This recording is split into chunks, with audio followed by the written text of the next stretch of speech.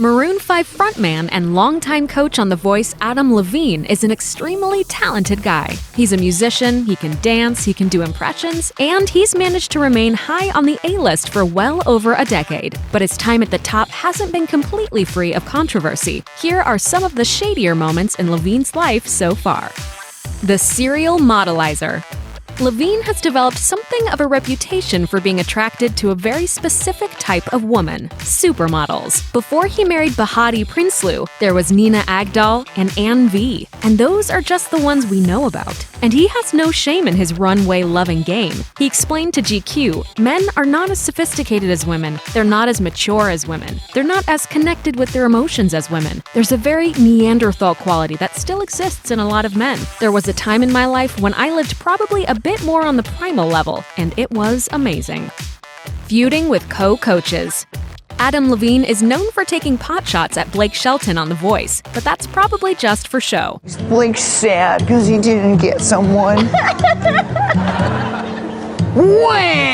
When it comes to everything else, though, his moments of on-screen sass seem to be a little too real. In 2012, for example, Levine started a beef with Christina Aguilera, throwing contestant Tony Lucca in the middle of things. Lucca knew Aguilera from their Mickey Mouse Club days, so during his time on Team Adam, he was used to egg Aguilera on. The feud culminated with Lucca's performance of Jay-Z's 99 Problems, which Aguilera deemed offensive.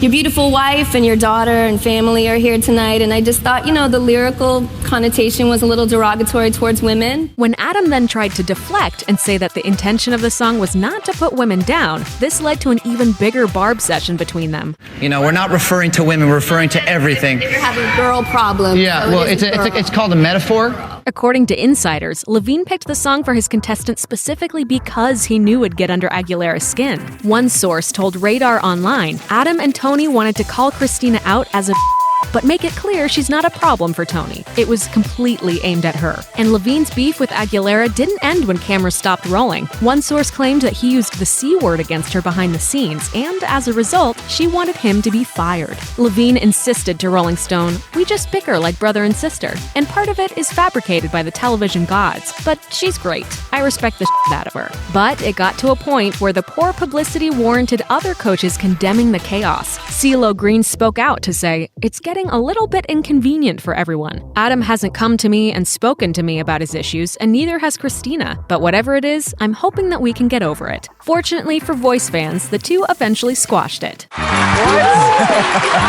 Bob. But Christina Aguilera wasn't the only Voice alum to catch his ire. He also reportedly took issue with current co-coach Miley Cyrus. A source claimed Adam really cannot stand Miley because he thinks that she's the most obnoxious person ever. Playing couch critic.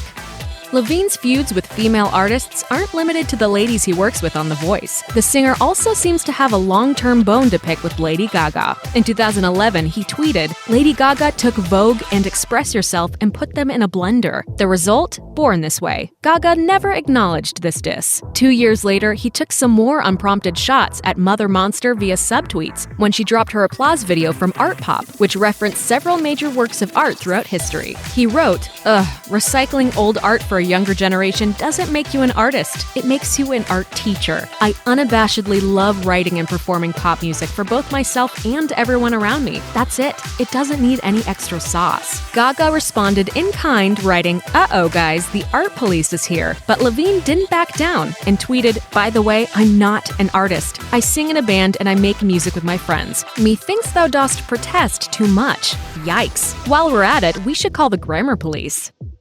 The perfume stink.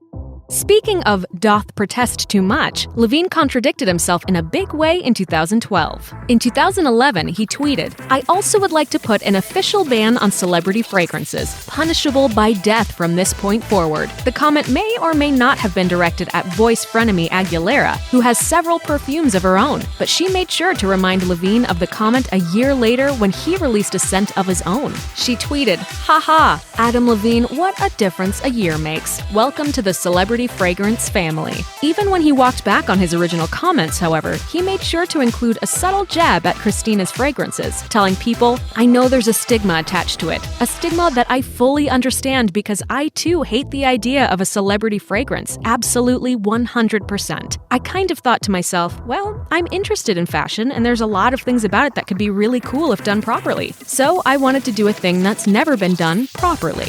Ouch. Calling himself out.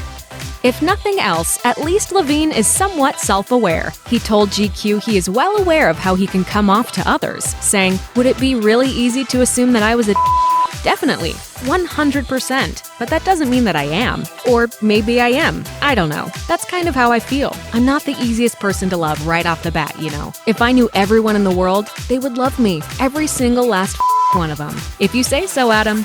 Thanks for watching. Click the Nicki Swift icon to subscribe to our YouTube channel. Plus, check out all this cool stuff we know you'll love too.